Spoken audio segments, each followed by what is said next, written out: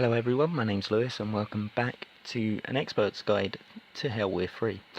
Last video I went into the game modes of which are available on the server, and now I'm going to tackle our first skill, Dungeoneering.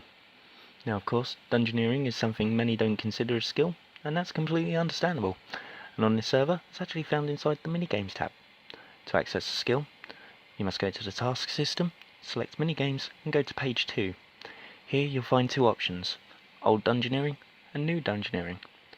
For the sake of this guide, we'll focus only on the New Dungeoneering, as that's where it is the most refined experience. When you first come to Dungeoneering, you'll be met by a shop and a banker. This is a great place to stock up if you need to, and when you start earning your tokens, this is where you can cash them in for sweet loot. Dungeoneering is actually really worth your time on this server, as it's where you can obtain some of the best weapons in game, that being your primal gear, as well as a Sagittarian bow for the rangers, and a slightly more magical stick for the ones that prefer magic. Of course, you can also obtain your chaotics from this skill too, making the grind from 80 to 99 a hell of a lot easier. As Dungeoneering's in the live game and considered an elite skill, this game also takes that to mind, making the maximum level in this skill 120. The skill's very easy to grasp on here, as it all focuses on the killing part of the skill, so all you need to do is beat up the monsters and gain XP as well as tokens.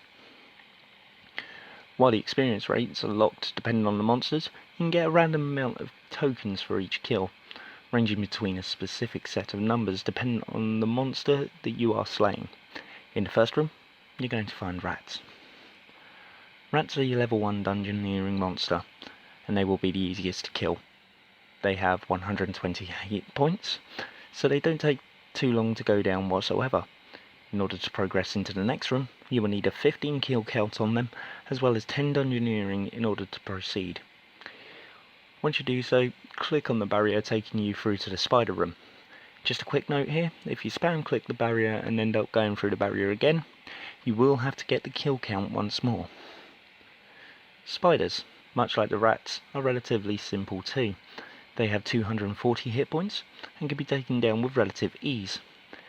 Every level in this minigame will require a 15 kill count, as well as another 10 Dungeoneering levels on top. So in order to enter the next room with skeletons, kill 15 spiders and obtain 20 Dungeoneering. Even on an expert mode account, this should be a relatively easy experience. I just want to take a moment here to say that while I've called this an expert's guide, you can actually use this guide in any game mode you want. Everything applies to the game modes that you can play, and nothing is solely based on the expert game mode, apart from personal experiences as well as how long you may potentially spend in a room before being able to move on. One specific room in here took me a stupid amount of kills to move from. We'll explain further in the guide. Anyway, let's get back to it.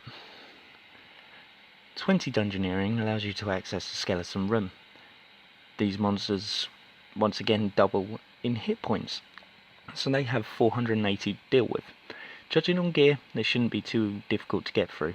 As mentioned before, 15 kills and an extra 10 levels for the next room. The room on from the skeletons will contain armored zombies, and this is where the hit point formula begins to change. Instead of doubling like they have so far, the hit points this time go up to 850. These monsters also have a slightly higher defense than the room before, so you may find yourself having a bit more of a difficult time this time around. If you've geared up like I am in the video, then you shouldn't have too much hassle. The HP formula might have changed, but kill count and level requirement do not. The room following the armoured zombies, you get ghosts, and I generally found this room a lot easier than the zombies the first time round. They have really low defense, it would seem, and have 1000 HP to deal with. If you're going to tackle this minigame with Prayer 2, it's melee all the way up until this room. Here, switch to magic. Ghosts should give you absolutely no hassle, and you should be able to fly through the 15 kill count here with ease. If you're playing on expert like I am, this was the point where it was starting to require more than 15 kills to get the requirements to the next room. So stay here until you hit next level cap. The next room is Earth Warriors, and this is where I would highly recommend getting prayer for protections. These monsters have a tendency to give you a bit of a roughing up. They have a decent defense, making hitting them a little harder than the armored zombies, and they have around 1200 HP. While it's only a 200 increase over the ghosts, the defense make up for it.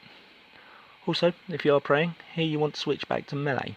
As you can probably guess, 15 kills and 10 levels to progress, but on expert, you're looking a few more than that. The room that follows the Earth Warriors are the Ice Fiends. These are going to need Protect range, so if you already have Protect melee, there should be no issues here. They have 1400 HP, another 200 increase, and once again these are harder than the monster before. The unique thing about these, as well as the armoured zombies and the monster in the next room, is that they actually have drops coded in too, so you have the potential to obtain some items, although none of them are very good admittedly. You'll be getting around 500 to 850 tokens per kill around this point, which is really nice depending on what you're going for. No surprise to this one, 15 kills, another 10 levels. Ice Warriors next, and would you believe it? You need melee prey again.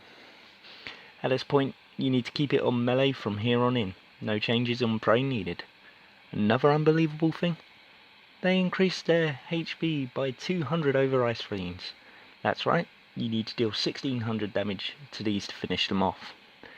They have slightly higher defense again, meaning it's a little harder to hit, but if you're protecting melee and have decent equipment, you once again shouldn't have a problem. 15 kills, 10 levels, and you can move on. This is another room where your amount of kills on expert will be a lot higher than 15. In fact, you may even be looking at a minimum of 10 times that amount. This is where the real grind begins. The penultimate room, Ice Elementals. These monsters have 1800 HP and are relatively easy to beat, which comes to a surprise when it comes to dungeoneering. These guys won't offer too much of a challenge. Once again, 15 kills and another 10 levels to access the last room. Earlier, I mentioned that one room took significantly longer than any other I'd spent time in. This is the one. I ended up getting around 475 kills here before being able to move into the final room. 475 kills between level 80s and 90s. At this point, I was getting sick of dungeoneering. I wanted to stop completely. But in the end, I decided to continue on. The final room, 90 dungeoneering requirement, and the best room in dungeoneering. In here, you have a choice of two monsters. The most common one in here, the skeletal minions. The uncommon monster, skeletal warrior. Minions are what you'll focus most of your time on, but if the warrior appears, don't hesitate to kill it. Think of this as your boss of dungeoneering. The warrior gives you anywhere between 1000 and 5000 tokens, and gives a massive experience drop. Take it on every time you possibly can, and you'll need to stay into this room for either 120 or 99, and that will bring you to the end of dungeoneering on this server. That's it for the guide. Here I'm going to list off a bit of information of which you may find handy. First, the Bone Crusher, 34,000 tokens, as well as the dungeoneering and prayer requirement. Well worth picking up, as it makes prayer a little easier. If you do decide to pick these up, whatever you do, do not wear them. You will lose it completely.